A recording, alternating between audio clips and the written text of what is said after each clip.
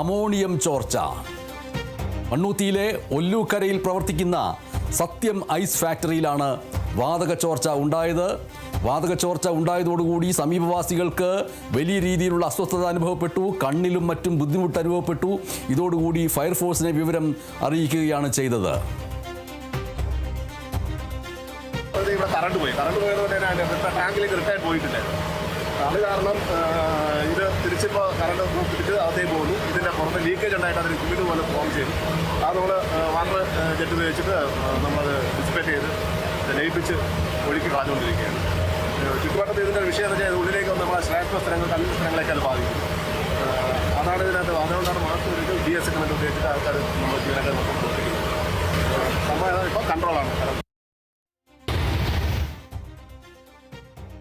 തൃശൂർ മണ്ണൂത്തി ഒല്ലൂക്കരയിൽ പ്രവർത്തിക്കുന്ന സത്യം ഐസ് ഫാക്ടറിയിൽ അമോണിയം വാതക ചോർച്ച ഉണ്ടായതിനെ തുടർന്ന് സമീപവാസികൾക്ക് കണ്ണിലും മറ്റും ബുദ്ധിമുട്ട് അനുഭവപ്പെട്ടതിനെ തുടർന്ന് അഗ്നിശമന സേന എത്തിയതിൻ്റെ വിവരങ്ങൾ നൽകുന്നു അനീഷ് ആന്റണി.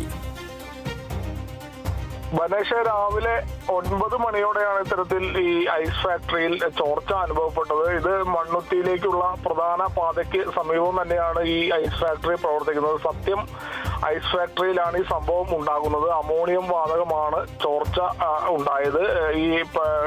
ഈ സംഭവം നടക്കുന്ന സമയത്ത് ക്ലീനിങ് സ്റ്റാഫുകൾ മാത്രം, അതിരാവിലെ ആയിരുന്നു, അതുകൊണ്ട് തന്നെ ക്ലീനിങ് സ്റ്റാഫുകൾ മാത്രമായിരുന്നു ഫാക്ടറിയിൽ ഉണ്ടായിരുന്നത്. ഈ പ്രദേശത്തുള്ളവർക്ക് ബനേഷ് സൂചിപ്പിച്ച പോലെ തന്നെ കണ്ണിന് നീറ്റലും അതുപോലെ ദേഹത്ത് ചൊറിച്ചിലുമൊക്കെ അനുഭവപ്പെട്ട് തുടങ്ങി.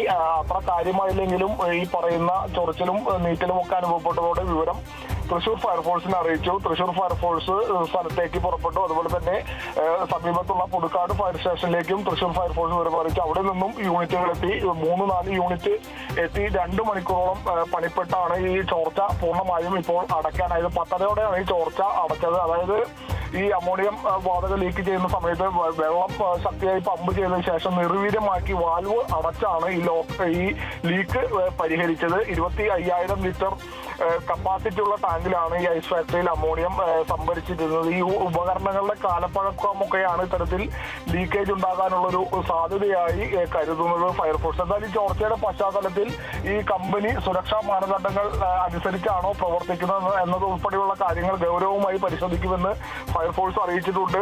ഇതിന് ആവശ്യമായി ഒരു സുരക്ഷാ ഓഡിറ്റിംഗ് നടത്താനുള്ള ഒരു നിർദ്ദേശമൊക്കെ ഫയർഫോഴ്സ് നൽകും എന്നുള്ളൊരു കാര്യം കൂടി ഇപ്പോൾ പുറത്തു വരുന്നുണ്ട്. എന്തായാലും നമുക്കറിയാം, ഈ ഐസ് ഫാക്ടറിയിൽ അമോണിയം ചോർച്ച ഇത് ആദ്യത്തെ സംഭവമല്ല. നേരത്തെയും കേരളത്തിൽ പല സ്ഥലത്തും ഇത്തരത്തിൽ ഈ ഐസ് ഫാക്ടറിയിൽ അമോണിയം ചോർച്ച ഉണ്ടായിട്ടുണ്ട്. അവിടെ എല്ലാം പ്രധാനമായി പറയുന്നത് ഉപകരണങ്ങളുടെ കാലപ്പഴക്കമാണ്. കൃത്യമായ കാലപ്പഴക്കം അനുസരിച്ച് ഈ ഉപകരണങ്ങളുടെ ഈ അമോണിയം പോകുന്ന ഈ പൈപ്പുകളും അതുപോലെ തന്നെ ടാപ്പുകളും ഒക്കെ കൃത്യമായി അറ്റകുറ്റപ്പണിയിൽ നടത്താതെയോ അല്ലെങ്കിൽ മാറ്റാത്തതോ ഒക്കെയാണ് ഇത്തരത്തിലുള്ള ലീക്കിന് കാരണമായി ഒക്കെ വിദഗ്ധർ ചൂണ്ടിക്കാട്ടുന്നത്. എന്തായാലും വലിയ ദുരന്തത്തിലേക്കൊക്കെ വഴിവെക്കാവുന്ന ഒരു സംഭവമാണ് ഫയർഫോഴ്സിന്റെ കൃത്യമായ സംയോജിതമായ ഇടപെടൽ മൂലം ഇല്ലാതാക്കിയത്. കാരണം മരണത്തിലേക്ക് വരെ ഇത്തരത്തിൽ ഈ അമോണിയം ലീക്ക് തുടർന്നാൽ ഒരുപക്ഷെ മരണം വരെ എത്താവുന്ന ഒരു വലിയ ഒരു പ്രശ്നമുള്ള ഒരു വിഷവാതകം കൂടിയാണ് ഈ അമോണിയം വാതകം. എന്തായാലും അത്തരത്തിലുള്ള ഒരു കാഷ്വാലിറ്റിയിലേക്ക് ഒന്നും ഈ ഒല്ലൂക്കരയിലെ ഈ സംഭവം ഉണ്ടായില്ല. അതുകൊണ്ട് അതിനു മുന്നേ തന്നെ ഫയർഫോഴ്സ് കൃത്യമായി ഇടപെട്ട്